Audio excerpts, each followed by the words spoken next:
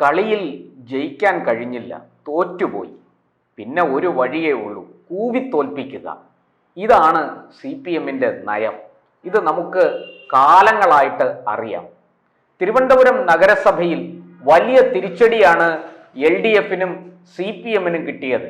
ഏതാണ്ട് 4.5 പതിറ്റാണ്ട് കാലം, ഒരു ചെറിയ ഇടവേള ഒഴിച്ചാൽ, വലിയ മേൽക്കോയ്മയോടുകൂടി തിരുവനന്തപുരം നഗരം അടക്കി വാണ CPM-ന് മുഖമടച്ച് കിട്ടിയ പ്രഹരമാണ് ഇക്കുറി തദ്ദേശ തെരഞ്ഞെടുപ്പിലെ തോൽവി.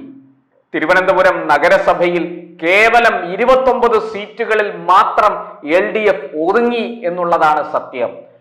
അമ്പെ തകർന്നുപോയ UDF പോലും 10-ൽ നിന്ന് 19 സീറ്റിലേക്ക് ജയിച്ചു കയറി. BJP ആകട്ടെ 50 സീറ്റുകൾ ജയിച്ച് കംഫർട്ടബിളായ ഒരു സാഹചര്യത്തിലേക്ക് എത്തി. ഇവിടെ 2 സ്വതന്ത്രന്മാർ, ഒരു CPM വിമതനായി മത്സരിച്ച ഒരാളും അതുപോലെ കോൺഗ്രസ് വിമതനായി മത്സരിച്ച ഒരാളും വിജയിച്ചു. അങ്ങനെ 2 സ്വതന്ത്രന്മാർ കൂടി കൗൺസിലർമാരായി എത്തി. BJPക്ക് 50+1 CPM വിമതനായി മത്സരിച്ച് ജയിച്ചു വന്ന സ്വതന്ത്ര സ്ഥാനാർത്ഥി പാറ്റൂർ M രാധാകൃഷ്ണന്റെ വോട്ടും കിട്ടി. ഞാൻ പറഞ്ഞു വരുന്നത്, അങ്ങനെ അങ്ങ് BJP ഞെളിയണ്ട, പുത്തനരിയിൽ തന്നെ കല്ല് കടിക്കുക. അത്തരം ഒരു സംഭവം CPM ഉണ്ടാക്കിയെടുത്തിരിക്കുകയാണ്. അത് മറ്റൊന്നുമല്ല, ഇന്ന് രാവിലെ മാധ്യമങ്ങളെ മുഴുവനും വിളിച്ചു വരുത്തി വട്ടിയൂർക്കാവിന്റെ MLA പറയുകയാണ്, എന്റെ ഓഫീസ് ഒഴിയാൻ ഈ ശാസ്തമംഗലം കൗൺസിലർ ശ്രീലേഖ IPS നിർദ്ദേശിച്ചിരിക്കുകയാണ്. ഞാൻ മാർച്ച് വരെ വാടക മുൻകൂറായി അടച്ച് വാടക ഷീറ്റ് എഴുതി നിയമപരമായ കാര്യങ്ങളെല്ലാം പൂർത്തീകരിച്ച് എന്റെ ഓഫീസ് അവിടെ പ്രവർത്തിക്കുകയാണ്. ശ്രീലേഖ എന്നെ അവിടുന്ന് ഇറക്കി വിടാൻ നോക്കുകയാണ്. ഇതിന്റെ പിന്നിൽ ശ്രീലേഖ ഒറ്റയ്ക്കല്ല, മറ്റു ചിലരും ഉണ്ട് എന്നൊക്കെ പറഞ്ഞ് ഈ MLA VK പ്രശാന്ത്, മുൻ മേയർ കൂടിയായ VK പ്രശാന്ത് രംഗത്ത് വന്നു. ഇത് നമ്മളെല്ലാവരും കണ്ടതാണ്. താമസം വിന ശ്രീലേഖയും BJPയുടെ മുൻ കൗൺസിലർ മധുസൂദനനും രംഗത്ത് വന്നു. ഞങ്ങൾ അങ്ങനെ ആവശ്യപ്പെട്ടിട്ടില്ല. ഈ അവിടെ തന്നെ MLAയുടെ ഓഫീസിനോട് തൊട്ടടുത്ത് തന്നെയാണ് ഈ കൗൺസിലറുടെ ഓഫീസും. കുറച്ച് അസൗകര്യങ്ങളുണ്ട്, ഒരല്പം സ്ഥലം തരാമോ എന്നൊക്കെയാണ്. സാധിക്കുമെങ്കിൽ ഒഴിഞ്ഞു തന്നാൽ ഉപകാരമായിരുന്നു. ഞങ്ങൾക്ക് മറ്റ് ഒരു കൗൺസിലറിന് അറിയാമല്ലോ, ആ കൗൺസിലർ ഏത് വാർഡിൽ നിന്നാണോ ജയിച്ചത് ആ വാർഡിൽ മാത്രമേ ആ കൗൺസിലർക്ക് ഓഫീസ് തുറക്കാൻ സാധിക്കുകയുള്ളൂ. അവർ ഒരു സഹായമാണ് അഭ്യർത്ഥിച്ചത്. അതിനെയാണ് പർവ്വതീകരിച്ച് കാണിച്ച് പുലി വരുന്നേ പുലി എന്ന് പറഞ്ഞ് VK പ്രശാന്ത് ജനങ്ങളുടെ സിമ്പതി നേടാൻ ഇറങ്ങിയത് എന്ന് വ്യക്തമാണ്. കാരണം തൊട്ടുപുറകെ ശ്രീലേഖ നേരിട്ട് പ്രശാന്തിന്റെ അടുത്ത് വന്ന് ഈ കാര്യം വ്യക്തമാക്കി. അവർ പറഞ്ഞു, എനിക്ക് അനിയനെ പോലെയാണ് പ്രശാന്ത്, ഒരു തർക്കവുമില്ല. പ്രശാന്തിന് അവിടെ ഇരിക്കണമെങ്കിൽ, ആ ഓഫീസ് ഉപയോഗിക്കണമെങ്കിൽ ആയിക്കോട്ടെ, എനിക്ക് അവിടെ ചില അസൗകര്യങ്ങളുണ്ട്, അതുകൊണ്ടാണ് ഞാൻ ചോദിച്ചത്, ഒരു സഹായമായിട്ടാണ് ചോദിച്ചത്. ഞാൻ എൻ്റെ അനിയനെ പോലെയാണ് പ്രശാന്തിനെ കാണുന്നത്. കാരണം ഒരു DGP ആയിരുന്നയാളും MLA ആയിരിക്കുന്ന വ്യക്തിയും തമ്മിൽ തീർച്ചയായിട്ടും പല കാര്യങ്ങളിലും ഇടപഴകേണ്ടി വരും, സഹകരിക്കേണ്ടി വരും ഔദ്യോഗികമായി. അങ്ങനെയുള്ള പരിചയവും അടുപ്പവും ശ്രീലേഖയ്ക്ക് പ്രശാന്തിനോട് ഉണ്ട്. പ്രശാന്ത് എന്ന ചെറുപ്പക്കാരനെ കുറിച്ച് നല്ല അഭിപ്രായം മാത്രമേ അവർ പറഞ്ഞിട്ടുമുള്ളൂ.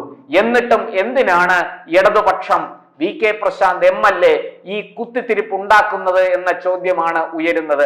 ഇത്ര പച്ചയായി അവർ രംഗത്ത് വന്ന് ഈ BJPയെ ഇങ്ങനെ ആക്രമിക്കുന്നത്, ഈ നഗരഭരണം കയ്യേറ്റ് ഏതാണ്ട് 24 മണിക്കൂർ കഴിഞ്ഞപ്പോഴേക്കും ഒരു വിവാദത്തിന് തിരികൊളുത്തുന്നത് എന്തിനാണ്? അതായത് നിങ്ങൾ ഈ 5 കൊല്ലം സ്വൈരമായി സമാധാനമായി ഇവിടെ ഭരിക്കില്ല, അതിന് ഞങ്ങൾ അനുവദിക്കില്ല എന്ന സന്ദേശമല്ലേ CPM നൽകുന്നത്?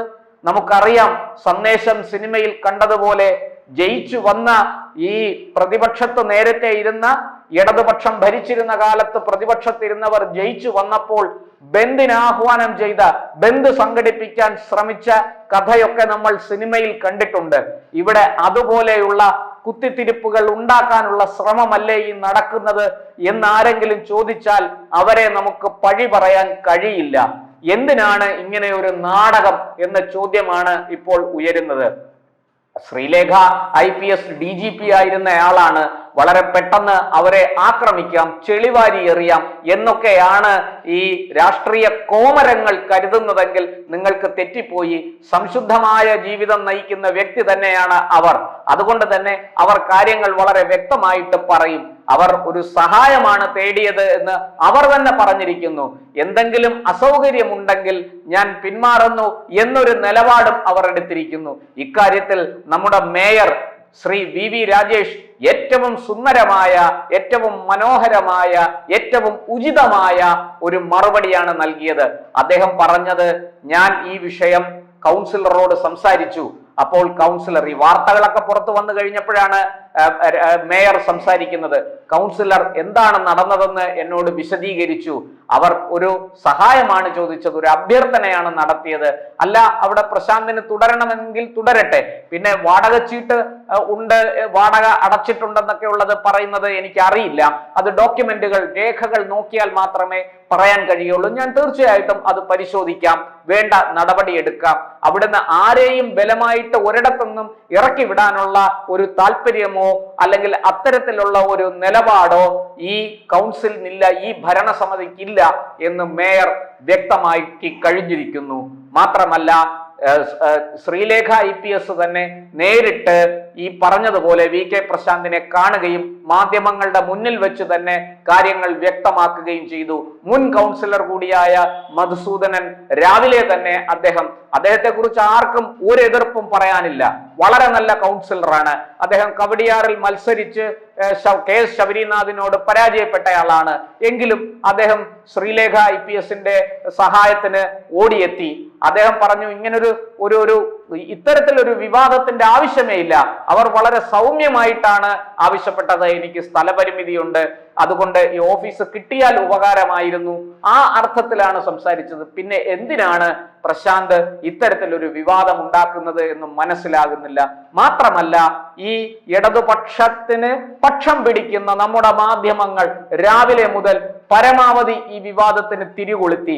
ഇത് മാത്രമല്ല, മറ്റത്തൂരിലെ വിഷയവും നമ്മൾ കണ്ടതാണ്. ഈ മാധ്യമങ്ങൾക്കൊക്കെ BJP വിജയിക്കുമ്പോഴും BJP ഭരണത്തിൽ കയറുമ്പോഴും വല്ലാത്തൊരു ചൊറിച്ചിലാണ് എന്ന് പറയാതിരിക്കാൻ കഴിയില്ല. ഈ അസഹിഷ്ണുത അവസാനിപ്പിച്ച് മാധ്യമങ്ങൾ വസ്തുതകളായി റിപ്പോർട്ട് ചെയ്യണം. അതിനാണ് തയ്യാറാകേണ്ടത്. അല്ലാതെ വിവാദങ്ങളുടെ പുറകെ പോയി, രാഷ്ട്രീയക്കാർക്ക് വിവാദങ്ങൾ വേണം, അവർ ജീവിക്കുന്നത് തന്നെ വിവാദങ്ങളിലായിരിക്കും.